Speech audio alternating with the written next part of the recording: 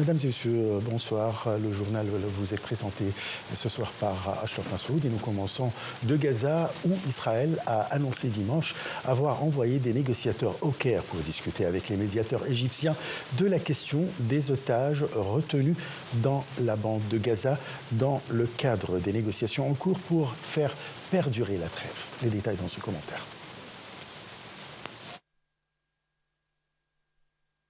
Des discussions indirectes pour avancer un cessez-le-feu permanent avaient commencé mardi à Doha, avant que les deux délégations ne quittent le Qatar vendredi. Dimanche, le bureau du Premier ministre israélien Benjamin Netanyahou a annoncé qu'une équipe de négociateurs s'était rendue au Caire pour discuter avec des hauts responsables égyptiens de la question des otages. Le Hamas avait indiqué vendredi être prêt à libérer Eden Alexander, un Israélo-américain détenu, et à rendre les corps de 4 autres Israélo-américains en échange des détenus palestiniens. Durant la première phase de la trêve, le Hamas a rendu 33 otages, dont 8 morts, et Israël avait libéré environ 1800 détenus palestiniens. Le Hamas réclame à présent de passer aux négociations sur la deuxième phase qui prévoit selon lui un cessez-le-feu permanent, le retrait israélien, le Gaza, la réouverture des points de passage pour l'aide humanitaire et la libération des derniers otages.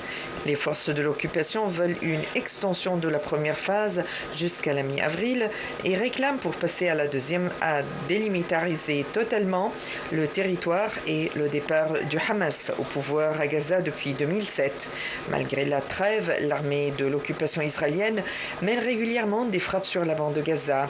L'armée a annoncé dimanche avoir mené une frappe aérienne dans la zone de Netzarim, au centre, tuant une personne qui, selon elle, Le Fonds de l'ONU pour l'enfance, l'UNICEF, a déclaré qu'1 million d'enfants palestiniens à Gaza luttent pour survivre dans des conditions extrêmement difficiles alors qu'ils sont dépourvus des premières nécessités pour vivre. Selon l'UNICEF, des milliers de Gazaouis seront privés d'eau potable et d'assainissement.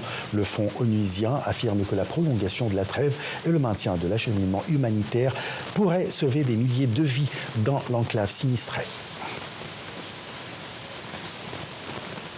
Les forces de l'occupation israélienne ont poursuivi leur agression contre la ville de Jénine et son camp dans le nord de la Cisjordanie pour le 56e jour consécutif, provoquant 28 martyrs palestiniens et 2 blessés. Selon des sources palestiniennes, l'armée de l'occupation israélienne a étendu son agression sur la ville de Jénine pour inclure le quartier est de la ville, en coïncidence avec la poursuite de son agression contre la ville de Tulkarem et ses camps dans le nord de la Cisjordanie pour le 50e jour consécutif, au milieu d'une escalade militaire, un siège étouffant, des perquisitions des maisons et expulsions de ses habitants. Les forces de l'occupation israélienne ont également envoyé des renforts militaires à la ville et se sont positionnées devant les immeubles résidentiels qu'elles ont conquis dans la rue de Naplouse, qui relie les camps de Tulkarem et Nour Shams. L'armée israélienne a aussi lancé une campagne d'arrestation dans différentes zones de la Cisjordanie occupée.